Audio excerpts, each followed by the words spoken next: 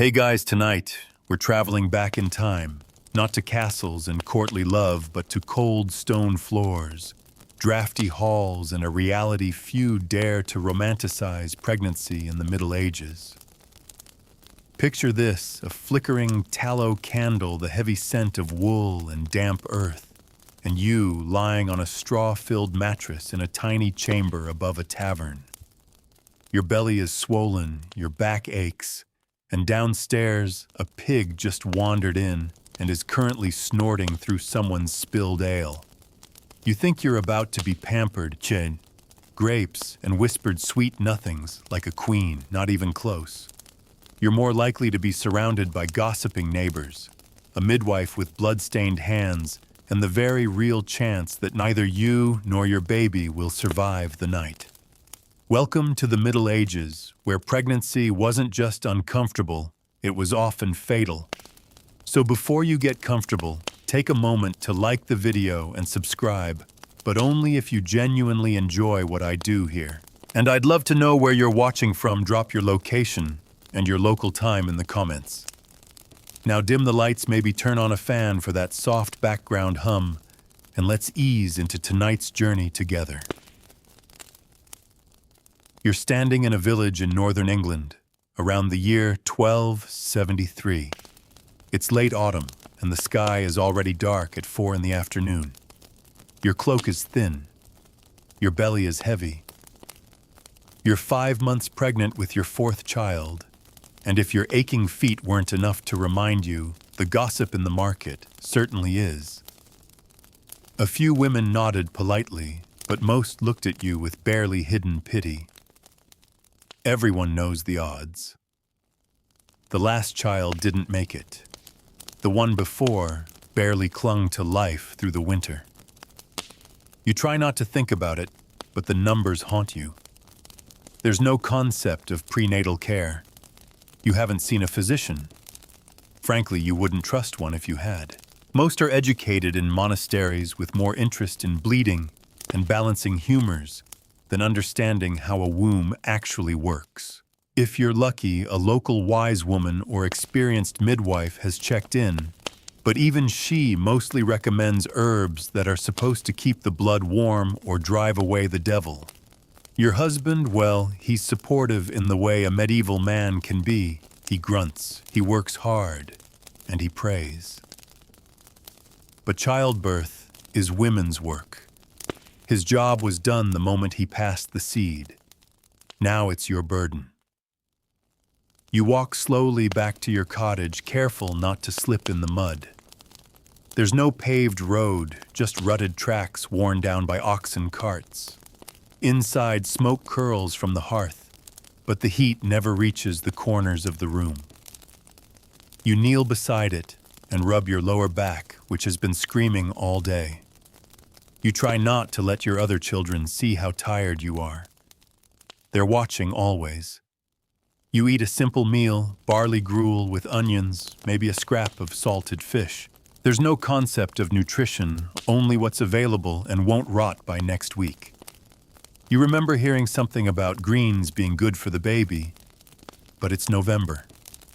The garden is bare, and what little you preserved is being rationed for the deepest part of winter. At night, the cold bites through the wooden slats.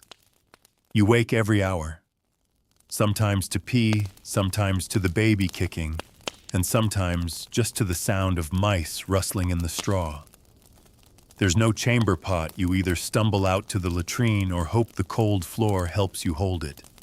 Your belly is already getting in the way when you bend over. When you cough, your back spasms. The church tells you that suffering is holy, that pain in childbirth is Eve's punishment. You try to believe it. But there are moments like last night when your hand brushed against blood. You didn't say anything, not even to yourself. You haven't felt the baby move today. You don't cry, there's no room for it. But a whisper of dread follows you around the room, like a draft through the cracks in the walls. You pray harder that night. Not for yourself, really. Just that this baby is strong. The midwife came by yesterday. She checked your pulse quickly and not very skillfully and said you're coming along just fine. She handed you a pouch of dried rosemary and mugwort and told you to tie it under your skirt. Protection from unseen spirits, she said. Her eyes were soft, but her mouth was tight. She's seen too many women like you. She warned you again, don't let a cat near the cradle. Bad luck, evil omen. It's the kind of advice that makes you feel seen and helpless all at once. The truth is, you're terrified. Not just of the birth itself, but of everything after. If the baby survives, how will you feed it? There's barely enough milk in your breasts for the one you lost last spring. And if you don't survive well, that thought hovers above your bed every night, never saying a word, but never leaving either. At church, the priest reminds everyone that a woman who dies in childbirth dies in a state of grace. He says it like it's a comfort. You're not sure it is. You're 6 months along now. A neighbor's daughter gave birth last week. You heard the screams from down the hill. She was 15. Her baby didn't cry. Neither did she. You sit by the hearth absently rubbing your belly and wonder what it would be like if things were different. If you had warm food. A real doctor. A room with a bed that didn't creak and shift with every breath. But this is the Middle Ages, and you are a woman. This is what's expected. And as the fire dies down and the village settles into its hush, you try to sleep. You try not to dream of blood or cold hands or silent cradles. Tomorrow you'll carry water again. Tomorrow you'll sew another shift for the baby. Tomorrow you'll pretend everything is fine. Because pretending is the only comfort you have left. The next morning starts before the sky lightens. You wake to a chill that clings to your skin like wet linen, your breath fogging in the cold air. Your legs ache from where you slept, curled knees drawn up to relieve the strain on your back.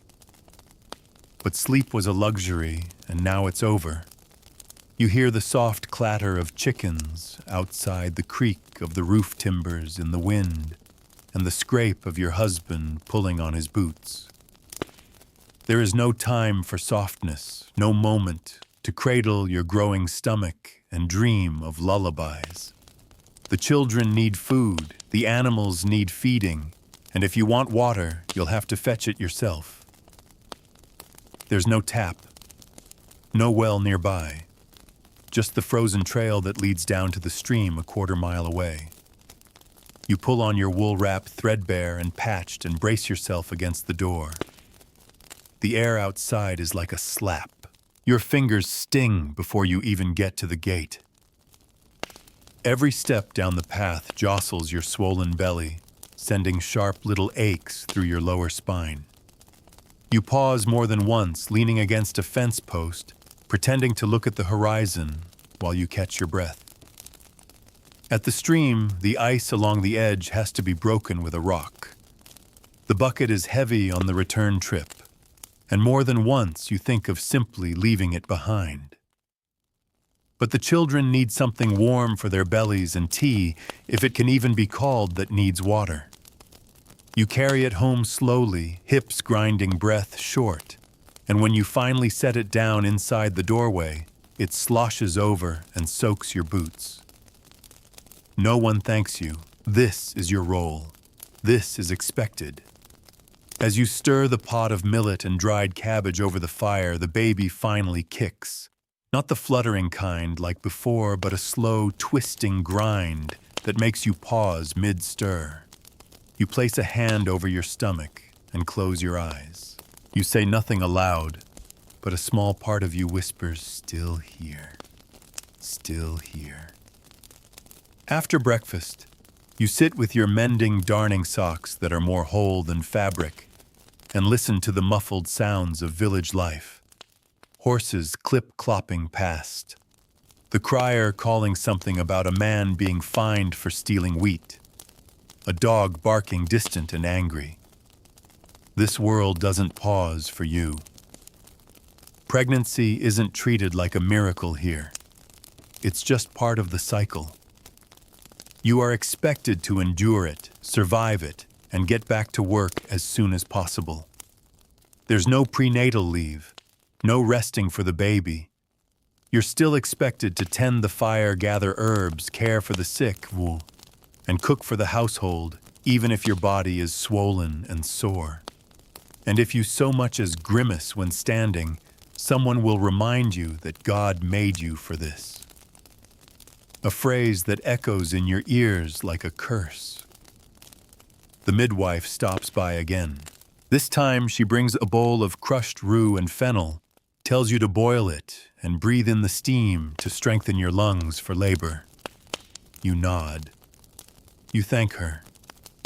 But deep down you know these treatments are little more than hope wrapped in ritual. Some might help. Most are powerless against infection, hemorrhage, or a breech birth. She glances at your ankles, now puffed and purple. Tells you to elevate them, but you both know you won't. There's no furniture for that. The best you can do is prop them up on a stool after dinner for 10 minutes before someone needs something. The baby kicks again, later harder this time. You freeze in the middle of sweeping one hand on your belly, one hand gripping the broomstick. The fear never really leaves. Each movement feels like a mystery. Is this normal, or is something wrong? You have no way of knowing. There's no book to check, no doctor to consult. Just stories whispered between women, some who survived birth and some who didn't.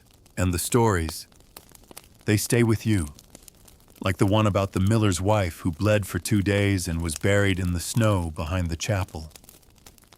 Or the girl from the next hamlet, over whose baby was born with its cord wrapped around its neck, who was said to have been cursed by the moon. No one says these things directly.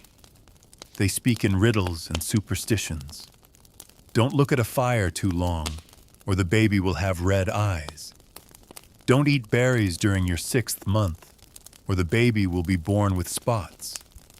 Don't anger a stranger, or you'll bring misfortune on the child's soul.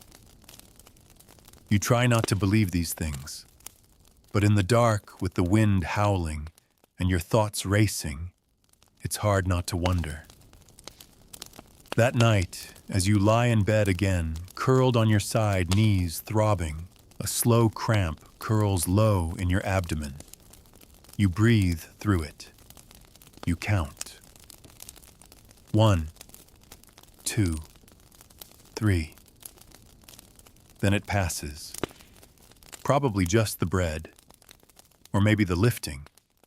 You remind yourself that women have done this for centuries, but you also remember how many of them didn't make it. Sleep comes in fits. You dream of warm baths you've never taken, of babies you've never held. You dream of silence, and not the peaceful kind, the kind that follows a scream. In the morning, you'll carry on. Of course you will. That's what women do here. That's what they've always done. But tonight, in the dark, beneath a roof made of splintered beams and prayer, you hold your belly with both hands and whisper to the baby, just wait a little longer. Just stay with me. The next few days blend into each other as they always do. There are no calendars nailed to the wall, no countdowns to your due date, just the slow swell of your belly and the tightening of your skin. You measure time by the length of shadows, the phases of the moon, and the ache in your joints when you rise each morning. It's snowing today. Not a flurry, but a real fall, soft and relentless. The thatched roof is already heavy with it, and the draft sneaking under the door has a sharpness that bites at your ankles. You wrap an extra layer of linen around your midsection and set about your morning work. You have no choice. Today, it's your turn to help grind oats at the communal mill. You shuffle there slowly, one hand supporting your back, the other carrying the sack. Inside it smells of dust and sweat, and the sound of the turning stones drowns out conversation. You nod to the others, some pregnant like you, some not, and begin the laborious task of feeding grain into the chute, cranking the handle with aching arms. The work is repetitive, bone-deep exhausting, but you don't complain. No one does. Complaining only earns you scorn, or worse, superstition. A woman who moans too much during pregnancy is said to curse her child with weakness. So you bite your lip and press on, though your back feels as though it might snap in two. When you finally return home, you're soaked to the knees. Your feet are raw from the cold, and your hands shake as you stir the fire back to life. The children greet you hungry as always. You give them porridge and a few dried apples, managing a tired smile even as your womb feels like it's clenching with every breath. The baby hasn't kicked today. Not once. You lie back, shift your position, drink hot broth. You poke at your belly, whispering softly. Still nothing. You try to stay calm. You felt this before. Maybe the baby is just resting. Maybe it's turned. Maybe it's a sign. You tell yourself this over and over while your stomach churns and your throat closes in the quiet of the evening. When your husband returns, he smells of smoke and frozen wood. He eats in silence, thanks you for the meal with a grunt, and settles by the fire to repair a broken boot. You want to ask him if he remembers what the midwife said last time, if he remembers what it was like when you lost the second child, the silence in the room, the sound your body made after the baby slipped away. But you don't ask. There's no space for that here. Instead, you rub oil into your skin, the one thing the midwife insisted would ease the stretch and pain. It smells of time and something sharp. You focus on that, on the ritual of it, on the warmth it brings to your hands, if not your heart. Later that night, a neighbor woman comes calling. She's older, with a face like creased parchment, and a mouth that speaks more in grunts than words. She heard you'd been quiet. She sits without asking and takes your hand, placing it on your belly. She waits. 5 long minutes. Then a movement, a tiny flutter like the brushing of wings. It's enough. You exhale and feel the tears before they fall hot and unwanted. The woman doesn't say anything. She simply nods, gets up, and leaves you there with the silence. Relief is a strange thing in this place. It doesn't come with trumpets or cheers. Just a single exhale. A loosening of your shoulders. A small, quiet thank you whispered to the dark. But the fear doesn't leave. It never does. You think about how close you are now. The baby is heavy. The pressure in your pelvis makes walking feel like dragging a stone between your legs. Sleep is nearly impossible. When you lie down, you can't breathe. When you sit up, you feel faint. You prop yourself against the wall at night, listening to the owl outside your window. Some say owls are omens. You try not to believe that. But it hoots 3 times. And then again.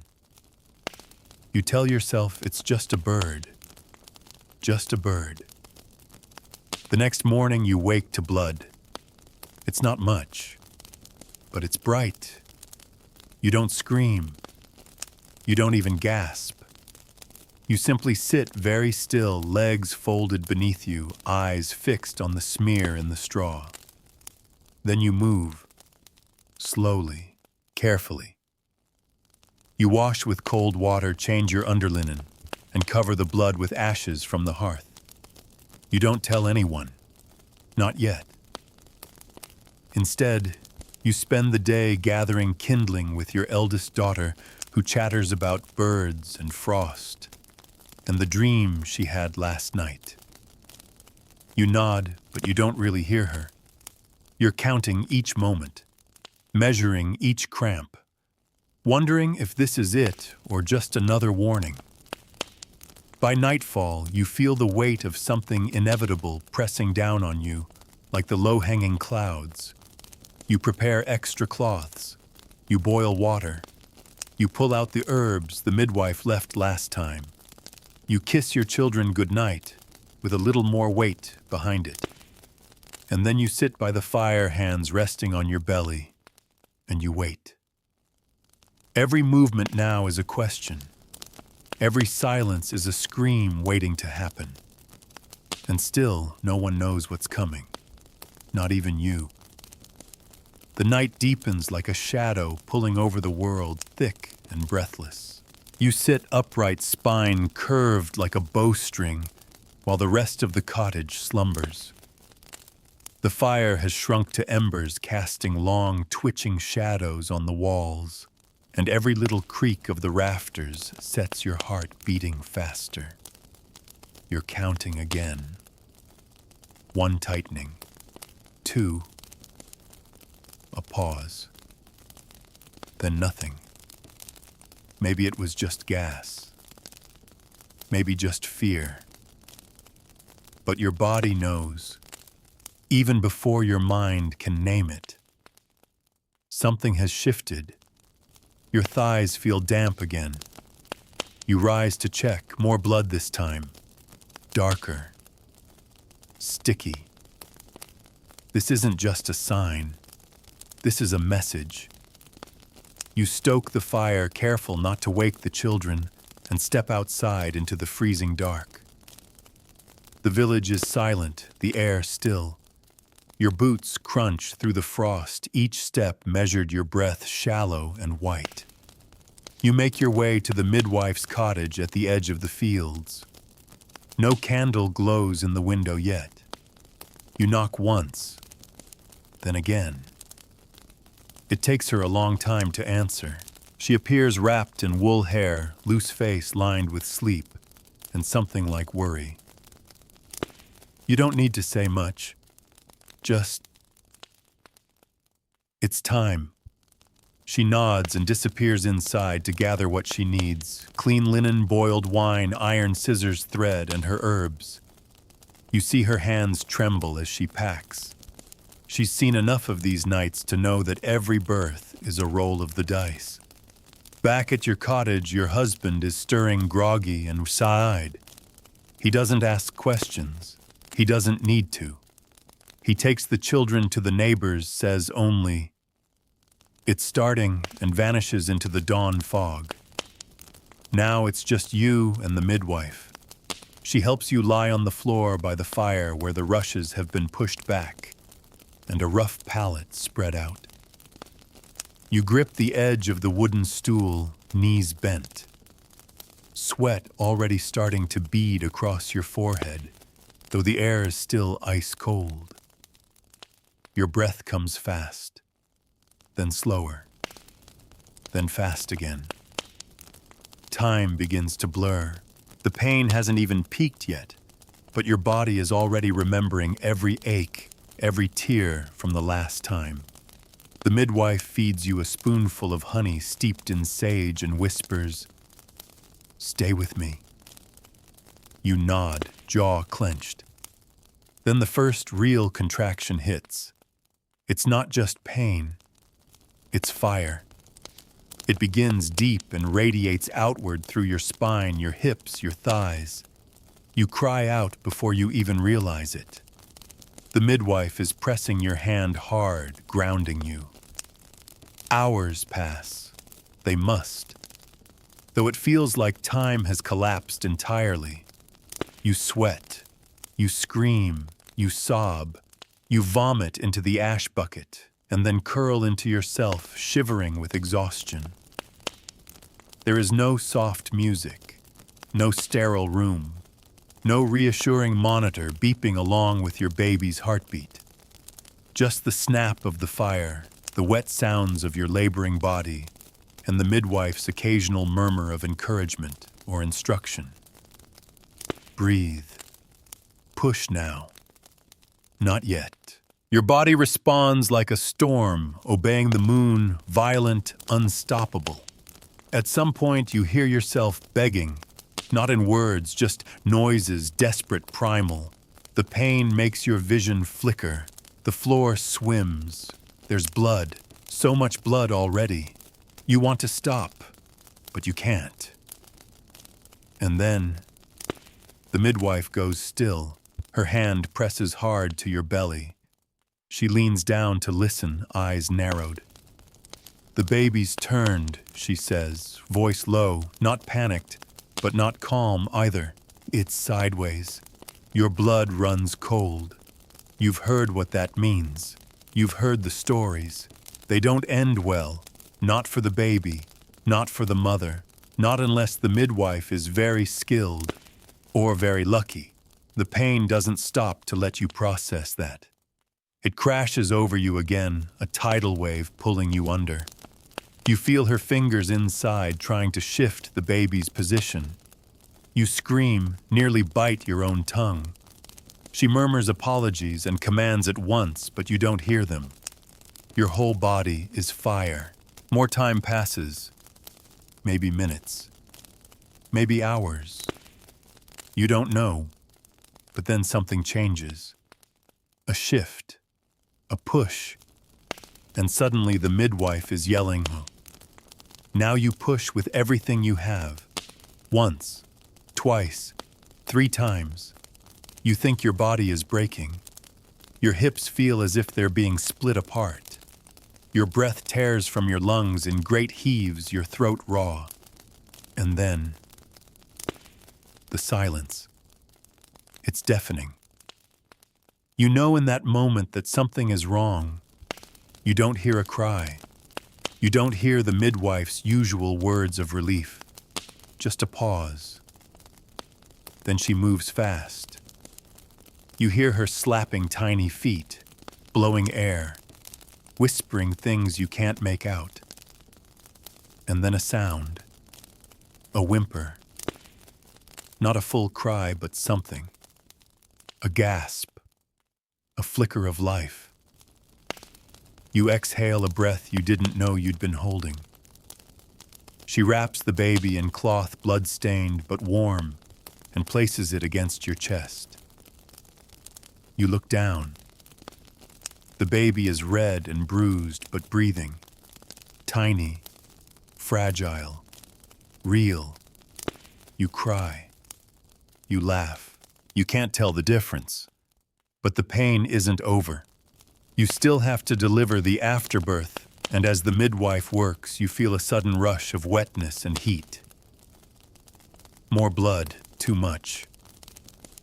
You see the look on her face, and she presses down on your belly hard, muttering something under her breath. You feel a tearing inside. Something cold. You fade in and out.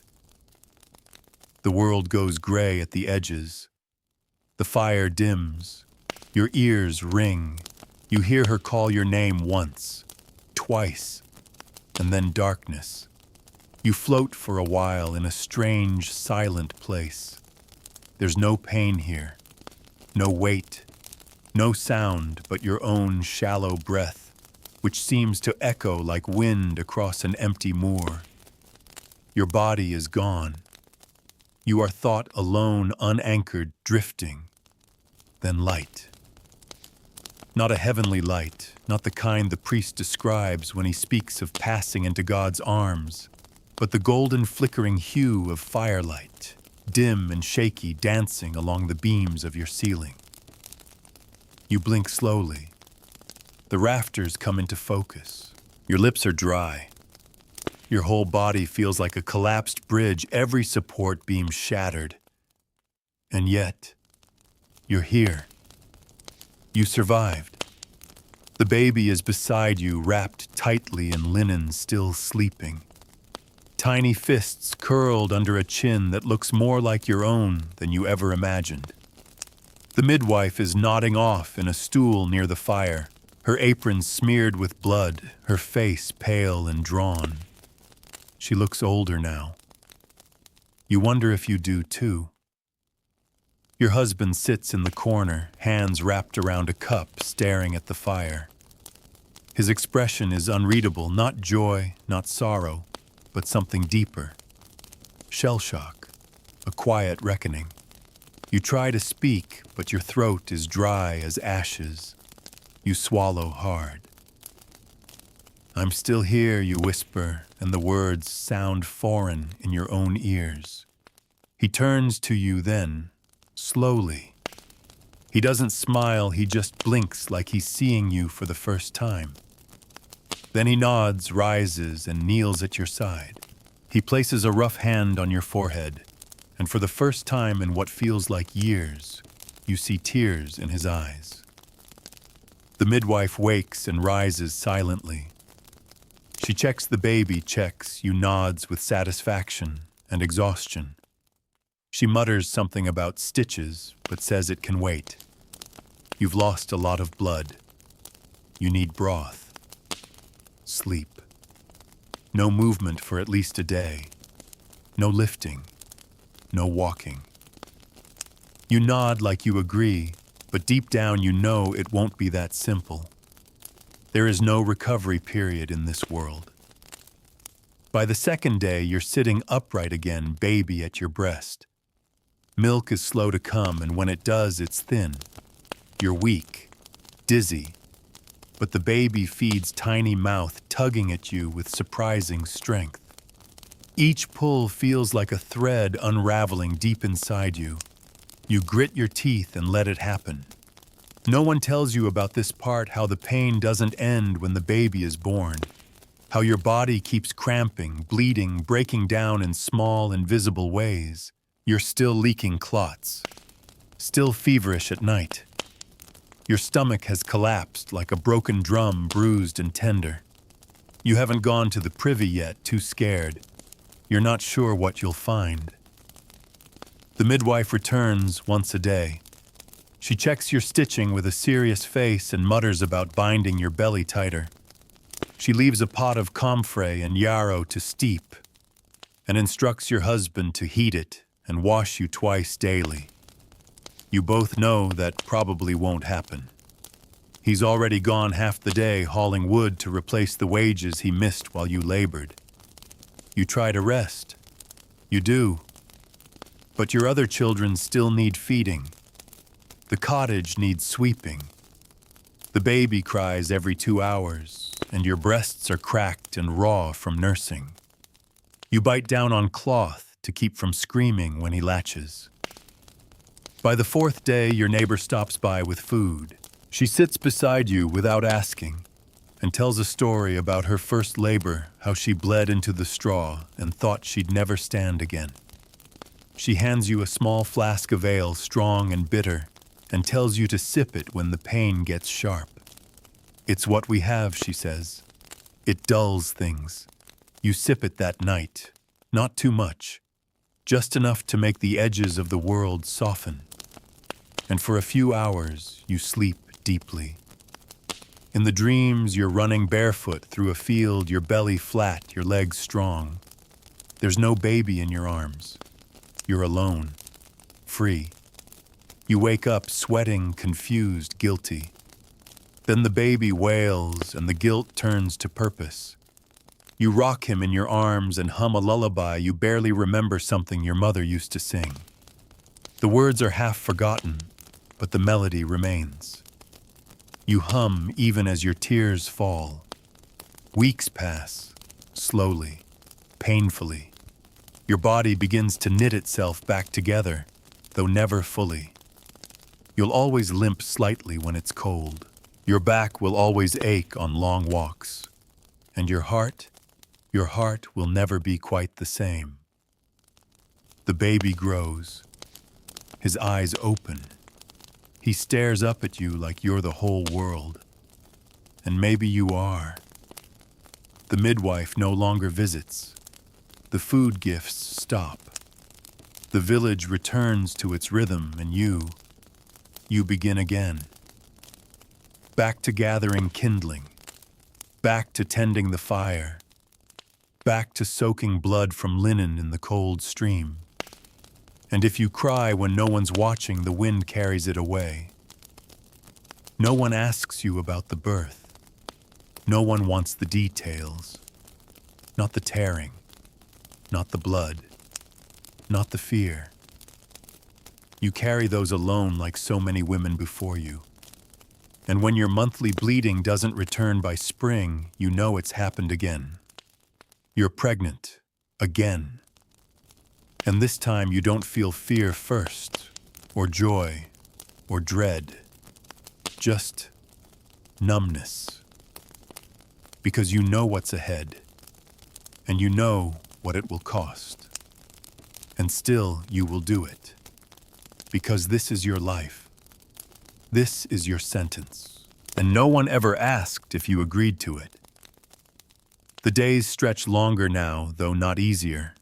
Spring thaw turns the roads to thick rivers of mud, and you trudge through them with aching legs and a belly just beginning to swell again. The baby, your last baby, is teething now, his cries shrill and constant. You hold him with one arm while the other churns, butter grinds barley, or rocks the cradle. There's no pause, no soft landing.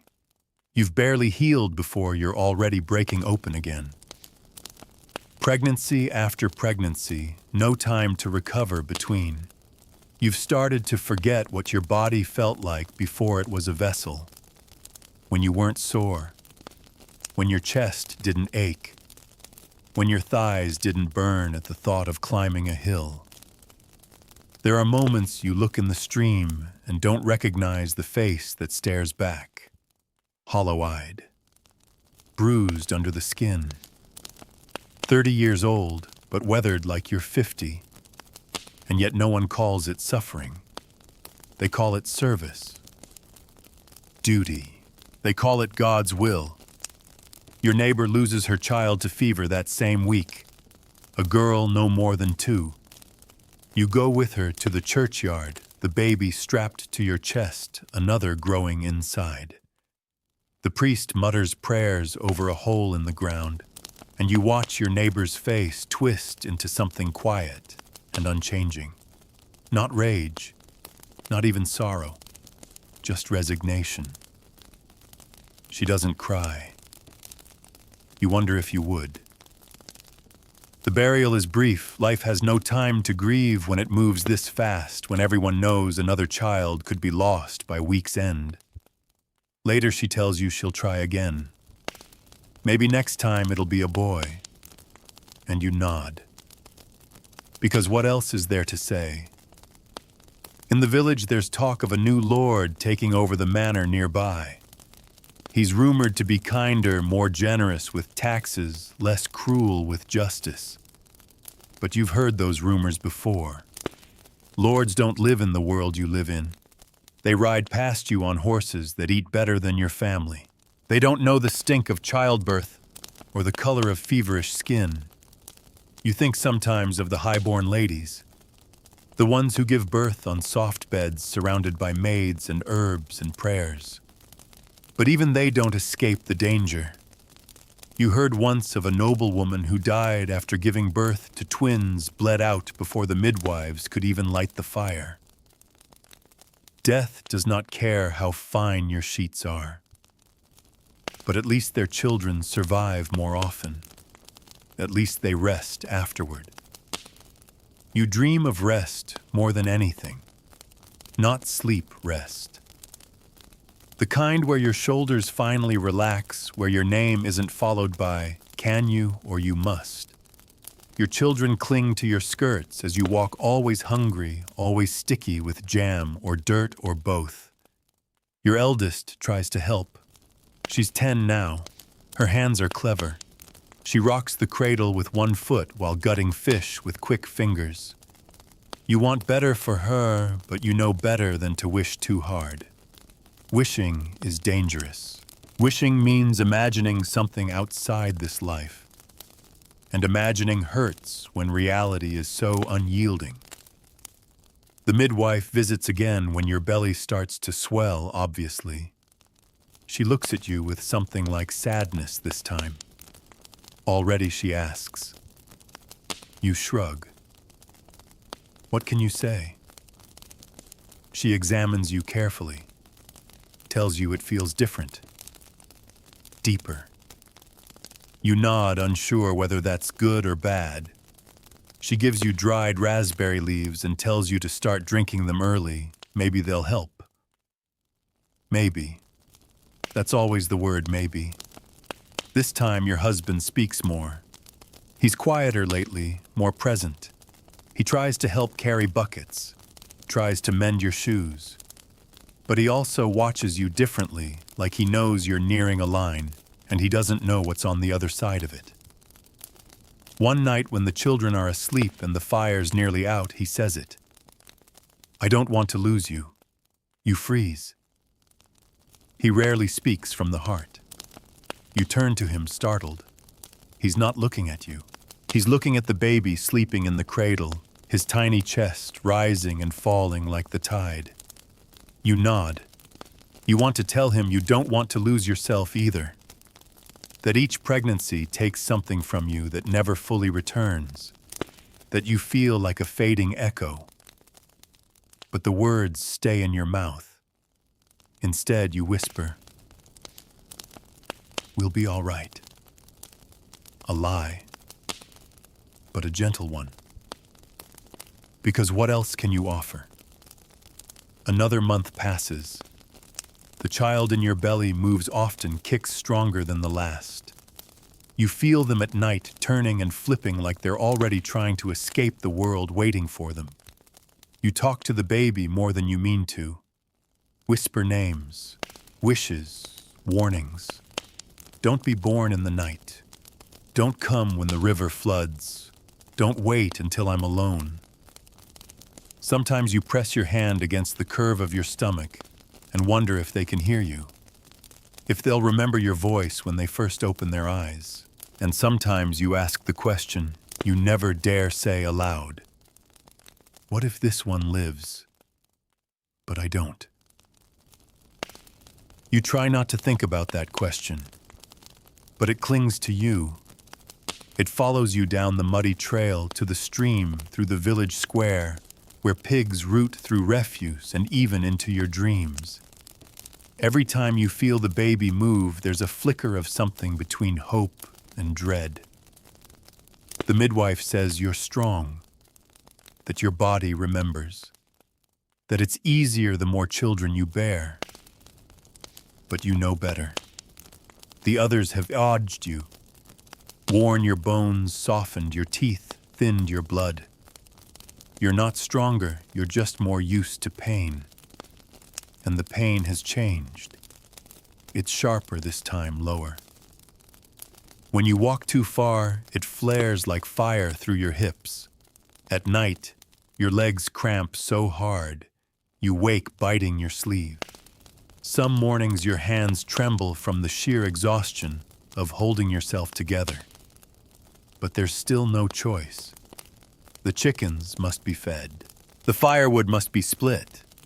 You still have to knead dough and wash cloths and boil water for the sick. The village healer fell ill last week, and now they're asking you who can barely carry your own child, to tend the coughs and fevers that spread like mist through the valley. You do it, because they need you, because it's what women do. The church bell rings early one morning. Someone has died. You don't know who until you see the cart roll through the square with a covered body inside. It's a young woman. A girl, really. Newlywed. Pregnant. They say she slipped and fell while carrying water. That the baby came too early and there was no one to help. No one heard her cry. The entire village goes quiet that day. Even the crows don't call. You light a candle for her that night. It flickers beside the fire, thin and frail, like you. Like every woman who walks this narrow line between life and death every time a child stirs inside her. You wake sweating again, this time not from dreams, but from heat. Summer has arrived, heavy and still. The cottage traps the warmth like a kiln. Your skin is sticky, your breasts ache, your ankles are swollen and puffy, your belly now so large you can barely bend to wipe your feet. Your husband tries to fan the air near you, tries to help with the cooking. He even brings home willow bark, says the priest blessed it, to ease your pain. You take it not because you believe in the blessing, but because it's something. A gesture, a moment where the burden doesn't feel quite so lonely. One evening you sit outside the baby in your belly kicking up a storm, and you stare at the orange line of sun disappearing behind the trees. You think of all the other women who have sat like this, waiting, watching, wondering if they'll make it to see the next sunset. Your eldest daughter sits beside you. She braids rushes into a crude little crown and places it on your head. You look like the queen, she says with a grin. You don't have the heart to tell her that queens die in childbirth too, so you laugh and press a kiss to her forehead. And for a moment, you let yourself believe it. That maybe you are a queen. That maybe you are strong enough. That night, the cramps start again. At first, they're spaced apart, just a tightening every hour or so, like the baby testing the door. You don't tell anyone. You keep your silence like a secret talisman. You stir the stew. You rock the baby. You breathe through the pain. By midnight, they come every 20 minutes, then 15, then 10. You send your husband to fetch the midwife. Your body is shaking. You sit on the edge of the bed, palms on your knees, rocking back and forth. You pray not in words, but in breath, in rhythm, in sheer stubborn will. The midwife returns. She says little this time. Her eyes are sharper now. She moves with purpose, with a kind of quiet fear that she doesn't speak aloud. She checks you and frowns. It's early, she mutters. You know what that means. It means the baby might not be ready. It means your body might not be either. She gives you a cloth soaked in herbs, tells you to bite down when the pain comes. You nod. You don't cry. Not yet. Because you still believe, maybe foolishly, that this time will be different. That this time the baby will come quick. That this time you'll survive without tearing, without fever, without that hollow, drifting place you slipped into before. The first real contraction makes your knees buckle. You drop to the floor. The midwife is already spreading cloths, heating water. Your husband paces outside, pretending not to listen. The children sleep at the neighbors again. The pain is not new, but it feels deeper now. It feels like your whole body is cracking open like the earth before a quake. You scream, not because you're afraid, but because it feels like the only sound the world will understand right now. The midwife grips your hand. It's time, she says. And all you can think is, please, let this not be the end of me. You brace yourself against the wooden stool, knees wide, feet digging into the floor, like roots gripping the earth. The contraction rips through you like a scythe, no warning, no mercy. Your breath is gone before you can catch it, your voice ragged with a cry so sharp it startles even the fire into silence.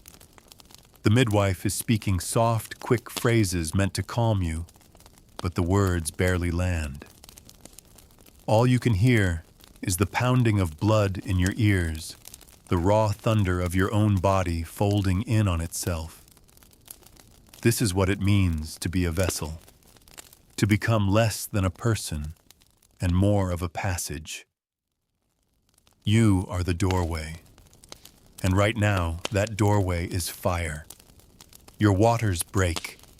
The warmth rushes down your legs, pooling into the straw, soaking through linen. The smell is sharp iron salt earth. The midwife checks the flow, her brow furrowed. She says nothing. That says everything. Another wave hits, and this time you scream without shame. The midwife's hands are strong on your thighs, holding you in place, grounding you while the storm rages in your womb. You must push. You know. God, you know. But your body is a battlefield. Every part of you is torn between survival and surrender. The room is spinning. The shadows stretch long and strange across the walls. You think of your children.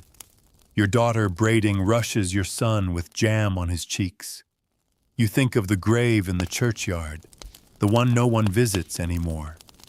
You think of the girl who slipped with the water bucket. You push. The pain slices through your spine like lightning. You grip the stool so hard your knuckles split. The midwife murmurs something encouragement maybe, but your ears are full of static now. Your head swims. You think you might faint, but you push again and again. There's blood. So much blood. The midwife is moving faster now. You can see the tension in her shoulders. She's trying not to frighten you. It's too late for that. Then a cry.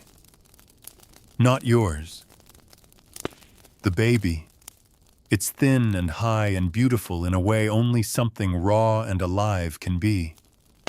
You gasp once, then collapse backward, dizzy with shock and exhaustion. But the midwife doesn't hand you the baby. She's frowning, focused. The cord is wrapped around its neck. She works quickly, silently. Her fingers move like she's done this 100 times. Maybe she has. Still, her mouth is tight. You try to rise, but your limbs are jelly-soaked and trembling. You can't help. You can only watch. Then the cry again, louder this time, angrier. A wail that fills the room and pierces your chest like sunlight. The midwife smiles just slightly. She wraps the baby in a cloth and lays it on your chest. You look down. A girl. Red, wrinkled eyes squeezed shut, fists tight like she's ready to fight the world already. You stroke her tiny face with fingers that barely work, tears slipping down your temples. She's here, you whisper. But the midwife doesn't relax. Because it's not over. The afterbirth still hasn't come. Your body clenches again, not with contractions this time, but something sharper, more unnatural. The midwife presses on your belly and you scream. Blood gushes, thick, too much. She curses under her breath and orders your husband to bring more cloth. He stumbles in pale-faced hands, shaking. You're fading again. The world goes white. Then dim. The baby is lifted from your arms. You don't want to let go, but you have no strength left. She's crying a ragged little shriek, and it's the only thing keeping you tethered to this life. The midwife works fast. She packs herbs, presses linen against you. Your body jerks. You vomit into a bucket. You feel your pulse in your teeth, in your ears, in your womb. Then darkness. Not complete. Not like last time, but the edges of the world blur. Your thoughts run like water over stone. You hear voices, but they don't belong to anyone you recognize. The pain dulls. Or maybe you're just too far from it now. You lie back. You breathe. Barely. Then something shifts. The pressure changes. The bleeding slows. The midwife mutters thanks to saints you stopped praying to long ago. Your eyes flutter open. The fire is low. Your husband sits nearby, the baby swaddled and calm in his arms. The midwife is washing her hands, her apron soaked through. She looks at you. She nods. "You'll live," she says. Just 2 words, but they land like a miracle. You try to speak, but your throat is raw, so you just cry instead, quietly, fully. She brings the baby back to you, lays her at your breast. Her mouth finds you instinctively. The latch hurts, but not like before. This time it feels like a thread stitching you back into the world. You hold her close. She's so small, so real. And even though your body feels like it's been shattered into 1,000 pieces, you survived. Again. But deep down you know there's a limit to how many times a woman can survive.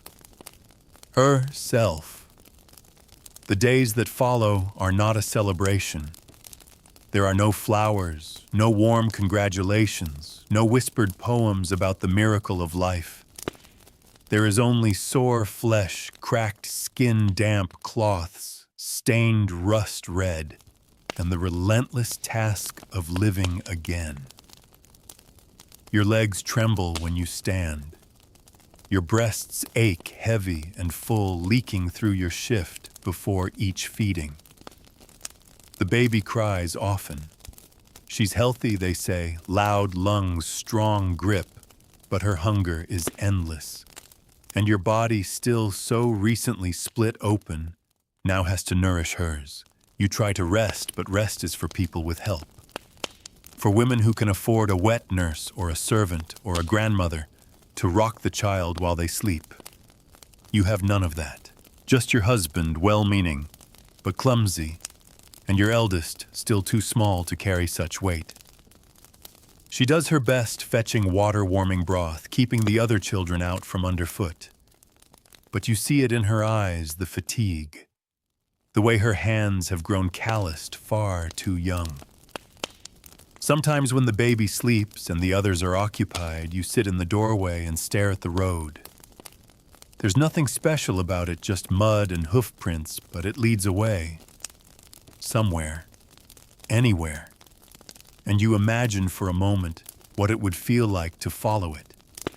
To walk with no baby on your hip, no belly dragging you down, no name that's spoken only when someone needs something. But the baby cries again, and the fantasy dies before it takes root. You press her to your chest, hum that half-remembered lullaby again. It's more for you than for her. The midwife stops by less and less. You can tell she's relieved you survived. You can also tell she didn't expect you to. The way she looks at you now, like someone walking away from a lightning strike. Lucky, yes, but not unchanged. She warns you to rest more, warns you not to lift heavy buckets, to avoid cold wind, to drink broth with herbs she leaves in a pouch. But she knows, and you know, you won't do any of those things, because no one else will. By the 3rd week, the bleeding slows. You're able to walk without pain. Your stomach is loose, sagging, striped with marks, but you've learned not to hate it. It's simply what a body looks like after it's carried death and palmolive in the same breath. You return to your chores slowly, first sweeping, then kneading, then scrubbing pots with ash and sand. The world doesn't wait for mothers to heal. The cows still need milking. The fire still needs tending. The laundry won't wash itself, even if your hands are raw from the cold water. The baby is growing, her cries sharper, her fists stronger. She begins to smile, though it's still fleeting, still twitchy and uncertain. You catch one while nursing, and it makes you cry so hard, you wake the other children. They ask why, but you don't explain. How could you? How do you explain that the curve of your newborn's mouth made you remember you're still alive? You try to be grateful. Some women don't make it this far. Some babies don't either. But gratefulness is complicated. Because for every moment of wonder, every fluttering laugh, every chubby hand wrapped around your finger, there's also fear. Deep, bone-aching fear. That this could be the last. That your luck is wearing thin. And people talk. They always do. You overhear them at the market. She's had 5 now, poor thing. I heard she almost bled to death with the last one. She won't last another. You pretend not to hear. You barter for dried beans, patch a hole in your shawl, smile tightly, and walk away. But the words follow you home. At night, your husband watches you nurse the baby, his face unreadable. He tries to touch you once, to run his fingers down your arm. You flinch. You don't mean to. But you do. He withdraws without a word.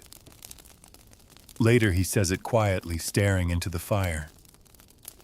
I don't want more children. You nod. Neither do you. But it's not up to you, is it? There is no control, no choice. Just rhythms of the moon, of fate, of luck. Herbs can help, but they fail as often as they work. And asking a man to wait, to refrain, to consider your broken body, that's not something this world teaches. The church says your duty is to be fruitful, to multiply, that your womb is a holy gift. You try not to scream at the idea. Instead, you press your lips to the baby's head and try to believe that love is enough to keep you going. But you know somewhere deep, unspoken, you won't survive another. You feel it in your bones, in your blood. The next time, if there is a next time, you won't come back. And yet, each morning you rise. Each night you nurse. And somehow you still manage to laugh when your daughter brings you a flower with half its petals chewed away by bugs. Because this is what you do. You carry life and pain and silence, and no one ever taught you how to stop. The summer passes in a haze of smoke and sweat. The air is thick with the scent of sun-baked manure and boiling stew of linen drying on lines and infants crying through open windows. Your days bleed into one another, as indistinct as the smudged marks of soot on your apron. The baby is teething now, fussing through the nights, biting through cloth, your finger, her own hands.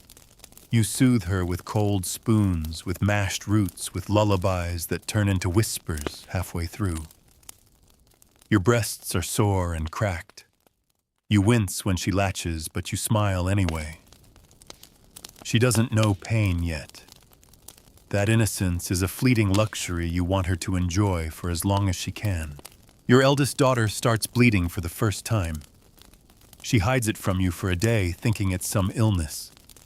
When you discover the stains, she cries not from pain, but fear. You remember that fear. You remember being 12, frightened and cold, with no one to explain why your body had suddenly turned into a promise you never made. You explain as gently as you can. You tell her she's healthy, that this is normal. You do not tell her the rest. That this means she can now be wed. That in the eyes of men and God and law, her childhood has already ended. That night, she clings to you while you rock the baby. She doesn't speak. You don't ask. Her silence is loud enough. Your husband says nothing when you mention it. Just nods once and returns to mending a broken tool. You know he hears. You know he's thinking about what this means too. The whispers have already started. You should speak to the carpenter's wife, someone said at market. Their eldest son is of age. He's 14. Your daughter is just a girl. You swallow the rage. You've learned to live with it. You've learned to carry it the same way you carry the baby, the laundry, the grief. tucked under one arm, never allowed to fall. You try the herbal teas the midwife left you, pennyroyal tansy, wild carrot seed, bitter, metallic, strange. She says they might prevent another child. You drink them with hope and fear wrapped in equal measure. But even that hope feels dangerous.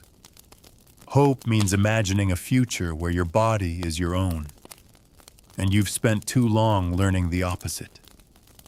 Autumn begins to creep into the edges of the leaves. The wind shifts.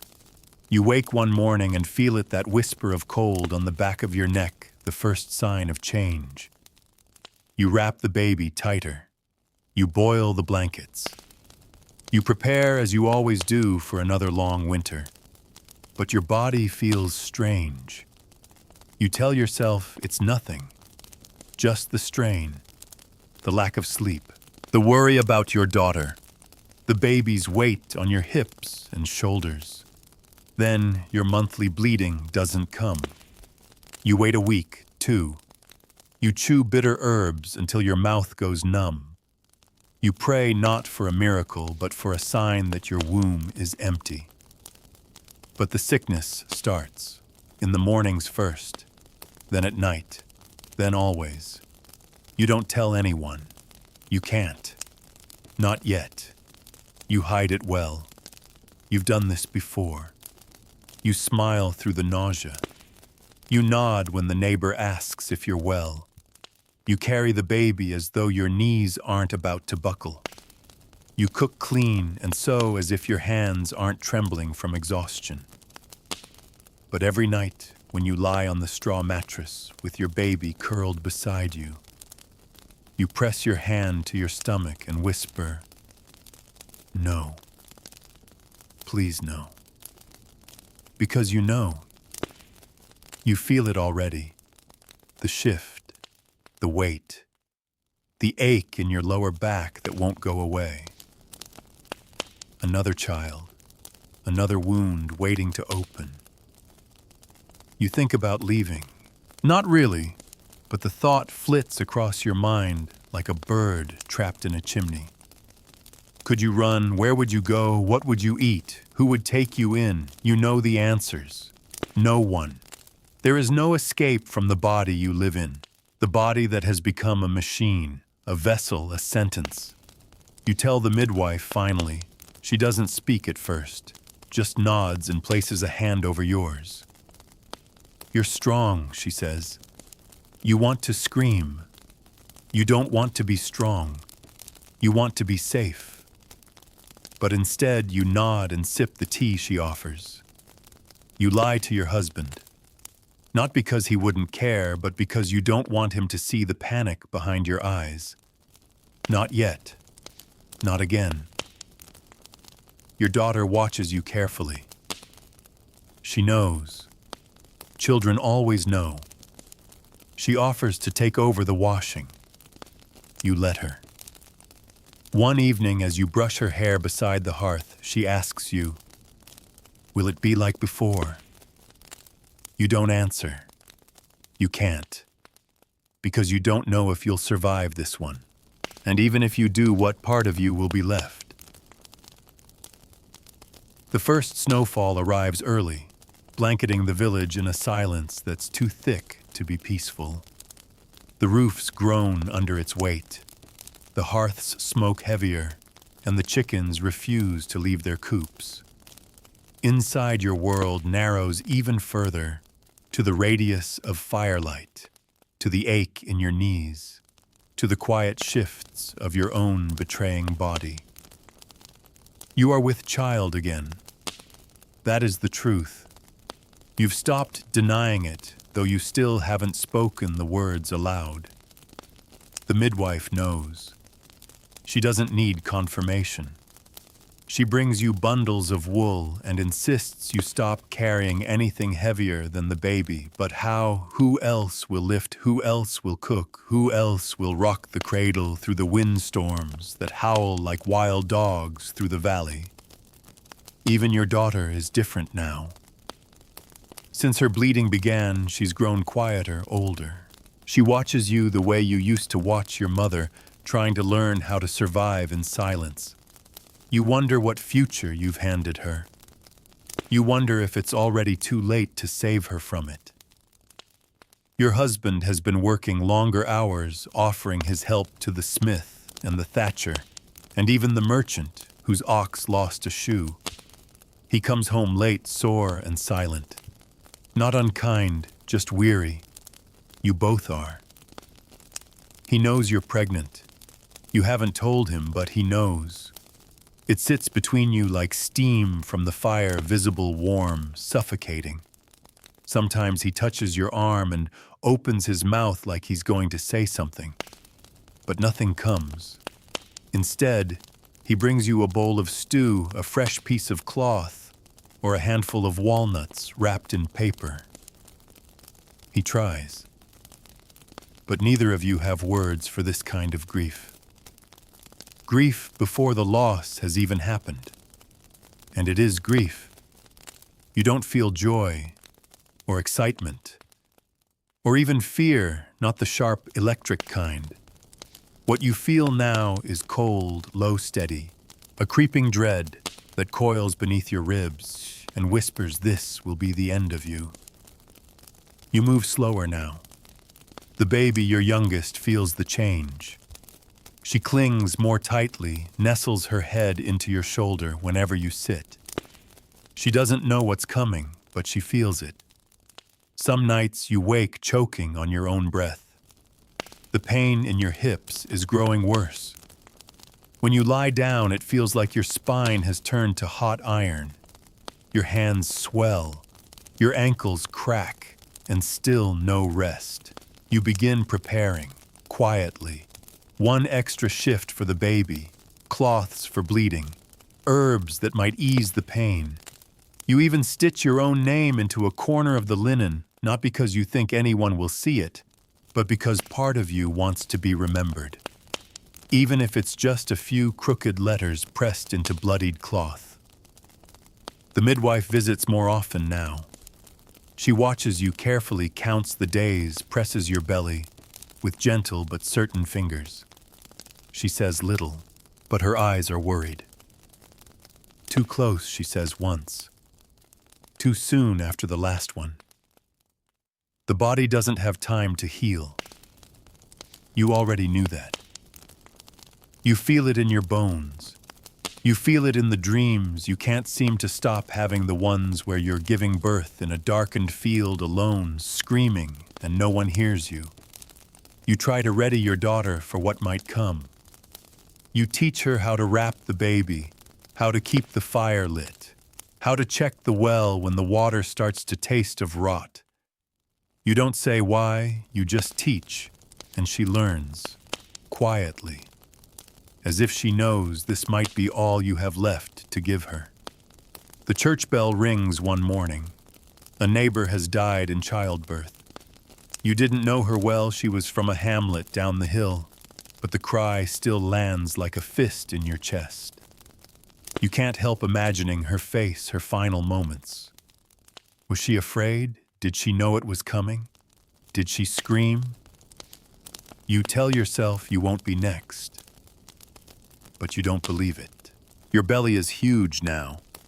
The baby moves constantly, and sometimes you can feel the shape of a foot, an elbow, a head pressing just beneath your skin like a creature trapped under ice. It should be beautiful. It isn't. You love the child already deeply, but you also resent what it might cost you. You resent your own body for not being able to say no. You resent the world for making that a sin. Sometimes you sit in the doorway and stare at the moon. You think about the old stories, the ones where women could shapeshift, become wolves or birds or shadows. You imagine flying away, leaving your body just for a night, just long enough to feel what it means to be free. But the baby kicks, and you're pulled back, always back. You don't mark the weeks anymore. Time is a blur of pain and preparation. The midwife tells you it will be soon, maybe days, Maybe a week, your belly has dropped. The cramps are starting again. You watch the snow fall in clumps from the eaves and wonder, will this be the last time I see winter? Will I survive this again? Will my daughter, you touch your belly. You speak to the baby. You better be ready, because I'm not. The night it begins, there are no signs, no blood, no sharp warning, just a tightening, a low twisting ache that coils beneath your belly like a snake, steady and insistent. You breathe through it. Tell yourself it's false labor. Tell yourself you have more time. You don't. The pain returns 10 minutes later, sharper, then 7, then 5. By the time you rouse your husband, your breath is already coming in broken gasps. Your thighs tremble beneath you. The baby shifts lower with every wave pressing on nerves that flash white behind your eyes. He runs to fetch the midwife, shouting into the cold. The door slams behind him. You're alone. You lower yourself onto the pallet blankets already laid out, because deep down you've known this would come early. You've prepared as best you could, but you also know that preparation only goes so far. The fire pops in the hearth. Your daughter hovers in the doorway, pale and trembling. You tell her to go. She doesn't. She steps forward, kneels beside you, takes your hand. Her grip is firm. She doesn't speak, but she stays. Another contraction hits. This one nearly breaks you. The pain radiates outward hips, spine, thighs. You grit your teeth. You think you hear yourself cry out, but it's distant like a bird calling from across a frozen lake. You feel like you're disappearing. Then the door bursts open. The midwife enters, breathless hair tucked hastily into her shawl. She sets down her basket with trembling hands and rushes to your side. You hear her muttering, not to you, to herself. An inventory: cloth, needle, cord, thread, wine. She lifts the blanket, checks your progress. Too fast, she whispers. Your heart sinks. Too fast means no control. No time to ease the tearing. No time to position the baby. No time to pray. Your husband stands in the doorway, pale hands knotted. The midwife sends him out with a glance. He obeys.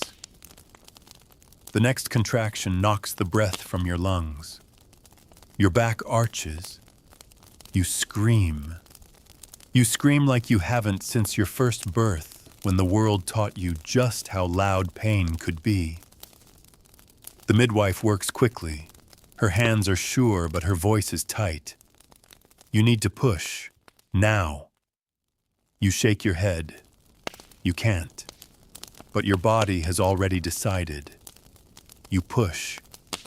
And it's agony. Like breaking in half from the inside. Like fire. Like death.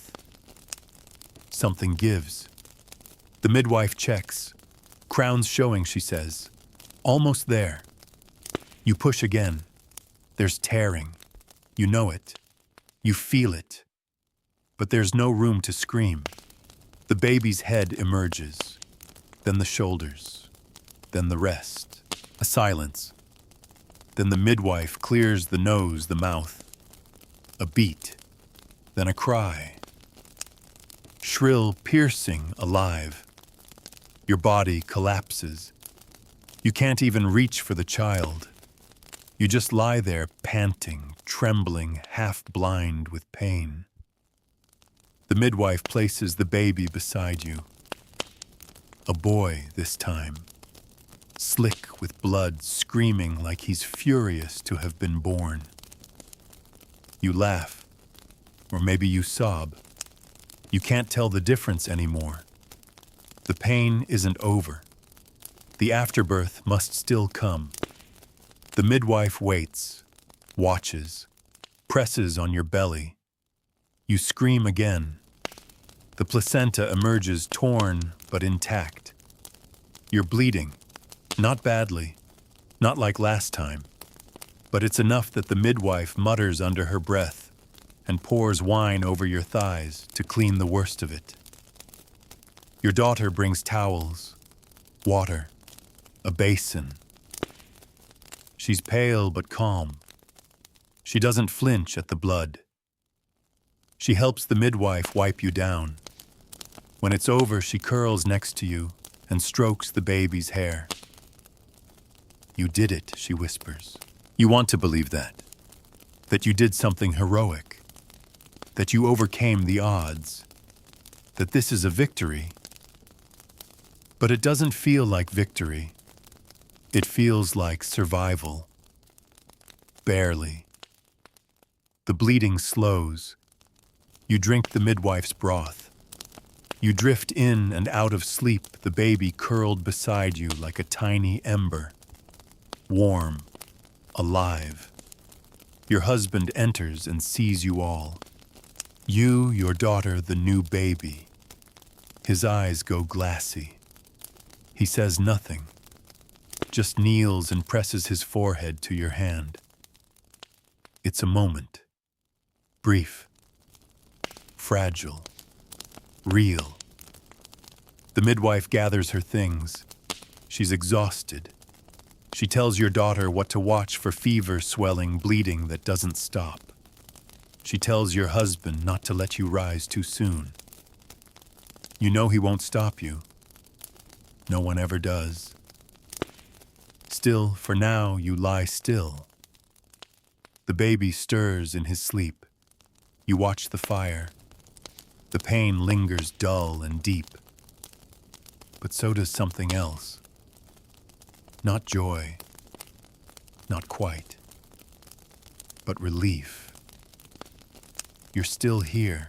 The snow continues falling outside, soft and endless, sealing the village in a cold hush that muffles the world. Inside the cottage, the air is warmer, close with the smell of sweat, milk ash, and something faintly metallic still lingering from the birth. You stay in bed longer this time because your legs won't carry you. Not yet. Your daughter brings food. Your husband brings water. And the midwife leaves extra herbs before disappearing into the white. The baby your boy feeds constantly. He is fierce, already rooting like a wolf pup, frowning when he's not latched. His cries are louder than your last. His grip stronger. You watch him sleep sometimes and wonder if this will be the child who outlives you. If you've finally made it far enough to give one of them a real chance. Your body is broken, though no one says it aloud. You feel it in your hips, your wrists, your torn skin. Sitting is agony. Standing is worse. Your womb still cramps as it shrinks back to something closer to silence, and your breasts burn each time the milk comes in. You've stopped bleeding, but the bruises remain along your thighs, your belly, your ribs. They're a map of everything you've survived. People visit in short bursts. They bring bread, a jar of goose fat for your cracked hands, an old pair of booties their child has outgrown. They glance at you quickly, then at the baby, as if saying too much might tip the balance of your survival. No one says congratulations. They just say, "He's strong. That's good." And then they leave. The silence after they go is heavy. Your daughter rarely leaves your side. She changes the baby's cloths. She heats soup. Sometimes she just sits beside you, your feet curled against hers beneath the blanket. She doesn't talk much anymore.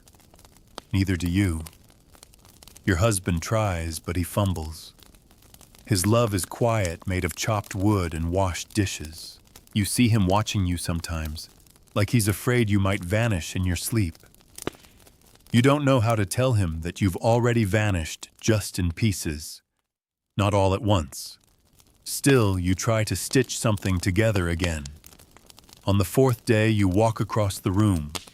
On the fifth, you make a weak broth. On the sixth, you lift the baby to your chest without wincing. By the second week, you return to the stream. You shouldn't. The midwife said 3 weeks at least. But there's no clean water in the house and your daughter can't carry both pails. So you do it. The path is icy.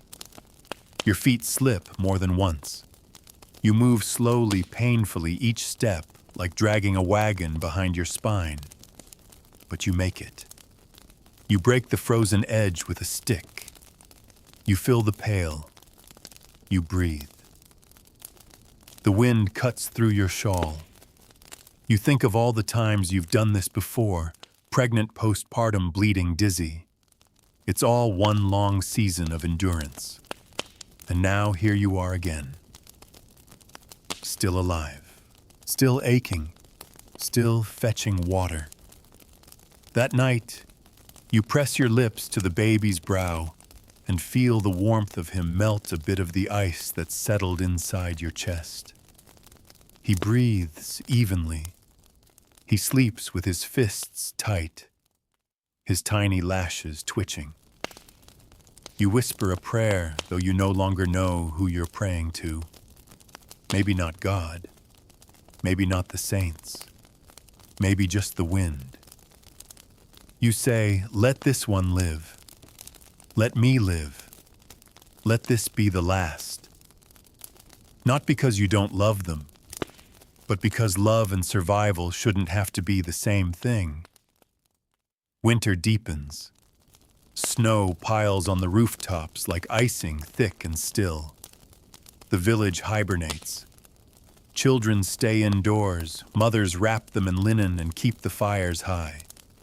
You spend your nights nursing, rocking, whispering lullabies. You've begun singing again, quietly, tunelessly. Just enough to fill the dark with something softer than silence. You don't cry anymore. Not often. The tears come when you least expect them, in the middle of folding cloths, or when you see your daughter smile, or when your son, barely 2 weeks old, grips your finger and refuses to let go.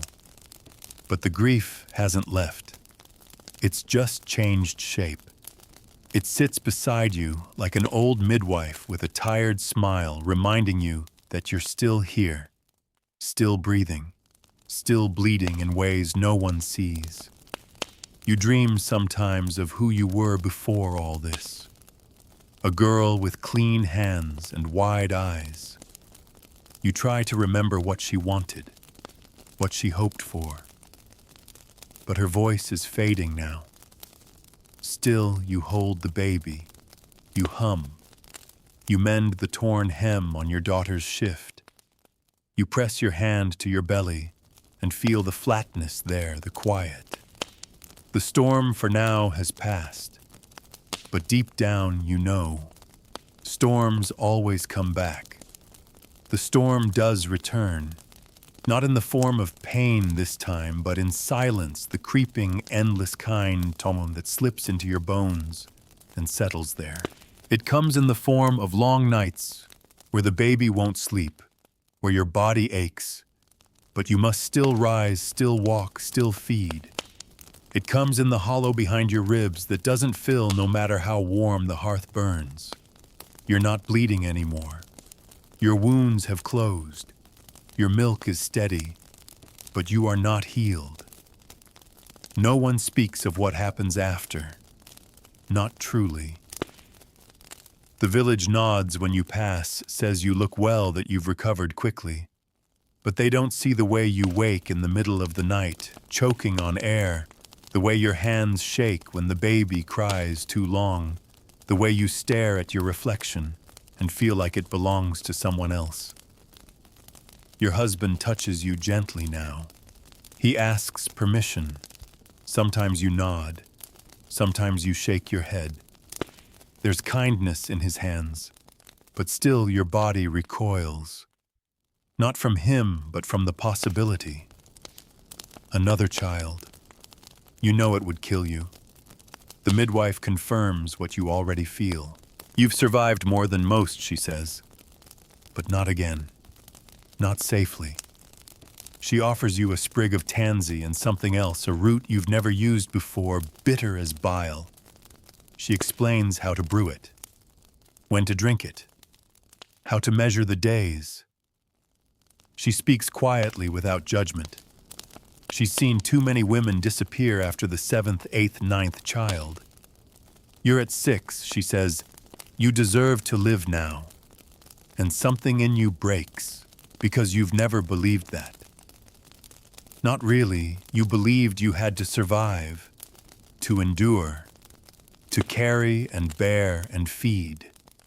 But to live, that was a luxury, a story told in ballads or whispered by rich women behind embroidered veils. But the idea clings to you. You deserve to live. You whisper it to yourself while brushing your daughter's hair, while watching your son learn to crawl, while kneading dough with cracked fingers and aching wrists. You whisper it while standing at the stream, staring down at your reflection. Older, heavier, marked by time and tears, and for once not looking away. Your daughter begins to smile again. She plays with the baby. She hums while washing dishes. You see glimpses of her childhood returning like green shoots after frost.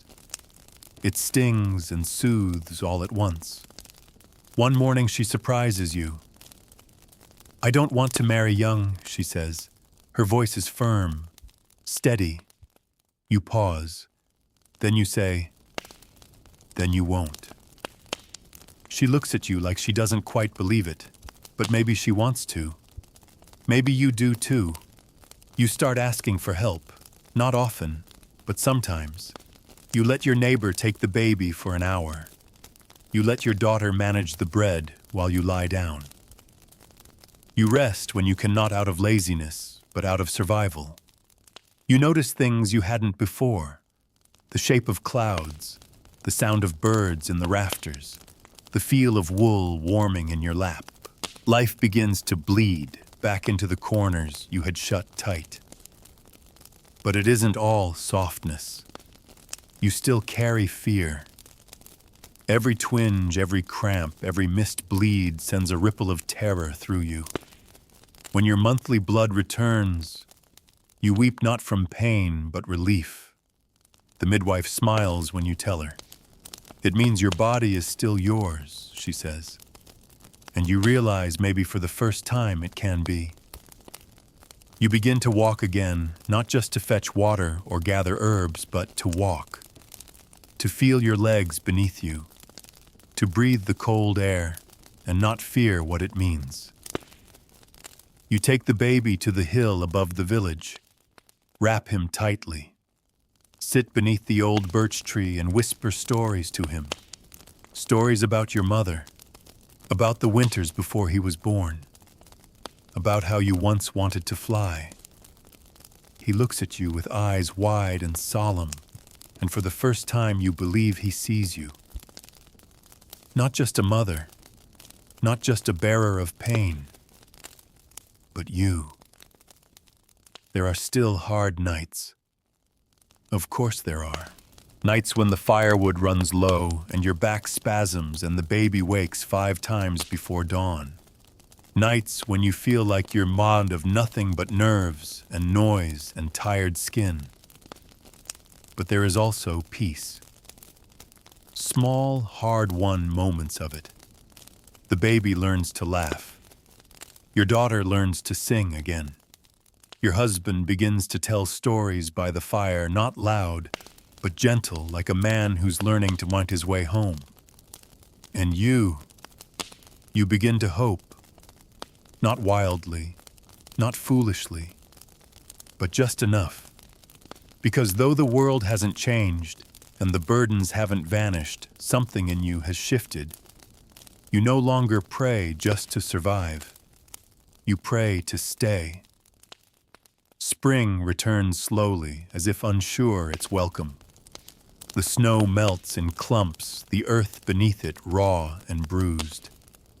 Mud clings to boots, and the roads swell with thaw. But still, life begins again. Crocuses peek up between fence posts. Birds return tentative but loud. The village hums back to motion. And so do you. Not as quickly as before. Not as blindly. You move with intention now, with a kind of quiet wisdom that's settled into your bones. Your son clutches your skirts when you walk. He started toddling chubby legs, unsteady but determined. You watch him stumble across the yard and laugh, not from delight, but from awe. Because every step he takes feels like proof that your pain made something that stayed. You no longer think of your body as something broken. You think of it as weathered like stone, smoothed by years of rain. It bears the scars, yes, the lines, the aches, the loosened joints, but it's still standing, still here. And that means something. Your daughter has begun helping the midwife, not often just on quiet days. She carries towels, fetches herbs, watches closely. You ask her once if it frightens her. She shrugs. Sometimes she says, "But it matters." You nod. You don't tell her how proud you are. Not yet. You just keep watching. The villagers begin planting again. You kneel in the earth, your palms dirty, your back sore, but your heart steadier. You plant cabbage onions, a few stubborn carrots. Your hands know what to do. They've done this for years. But this time you let yourself enjoy it.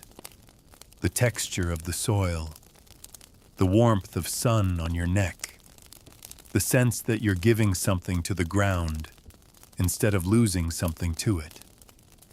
And in the evenings you hold your son and sing him to sleep the same lullaby you once hummed through tears. Now you sing it with breath to spare. Your husband sits beside you more often now, sometimes in silence, sometimes with stories, sometimes with his hand over yours. He doesn't ask for more children. You're not sure if it's respect or fear or simply love, but you're grateful for the quiet agreement that lingers between you. You've given enough. You think sometimes of the women you've buried, those who bled, who broke, who faded quietly into the ground, without ever being mourned. You remember their names. You light candles for them, and you promise them you'll remember. You'll tell your daughter. You'll teach her that surviving doesn't mean surrender. You sit on the porch one evening with the baby asleep in your arms, and your daughter spinning wool by the fire. You listen to the wind in the trees and the sounds of goats on the hill. There's nothing remarkable about the moment, but it's yours. It's quiet and safe and yours. You wonder what comes next. You no longer think in years. You think in seasons and growing cycles, in full moons and warm soup, and mornings where no one cries. You still wake in fear sometimes. Still count the days until your next bleed. Still feel the phantom ache of the births behind you. But you also wake to the smell of bread, to the weight of your son curled against your side, to the sound of your daughter's voice singing softly as she stirs the pot. You're still healing, but you're also beginning. You've learned how to stay, how to choose softness even in a world that calls it weakness, how to claim your body back slowly, gently in pieces. You are no longer just a vessel. You are a woman, a mother, a survivor, a home. And that perhaps is the greatest thing you've ever built. So now as the fire burns low and the night wraps around you like an old quilt, take a breath, a slow one. Let it settle into your chest where all the tension lives. Let it spread. Uncurl your fingers. Unclench your jaw. You've been carrying too much today, haven't you? You've walked through cold halls and muddy roads, stood beside birthing beds and grave markers, lived inside a story that asked everything of you, and still you endured. Just like she did. Just like women did again and again without reward or recognition. But tonight you saw her. You became her, and you carried her story with grace. So let your breath soften now. Let your shoulders sink deeper into your bed, your pillow, the comfort you've made for yourself. The pain is behind you now. The fear, too. All that's left is the quiet. And in that quiet, the faintest trace of peace. You are safe here. The fire inside you still flickers, but it burns gently now. No longer a blaze, but a lantern, steady, glowing, and kind. A light for you and for the memory of every woman who never got to rest. So close your eyes, if they haven't closed already. Let the hush of history cradle you. Let the echo of her heartbeat fade into yours. You are loved. You are here. And you are finally allowed to sleep.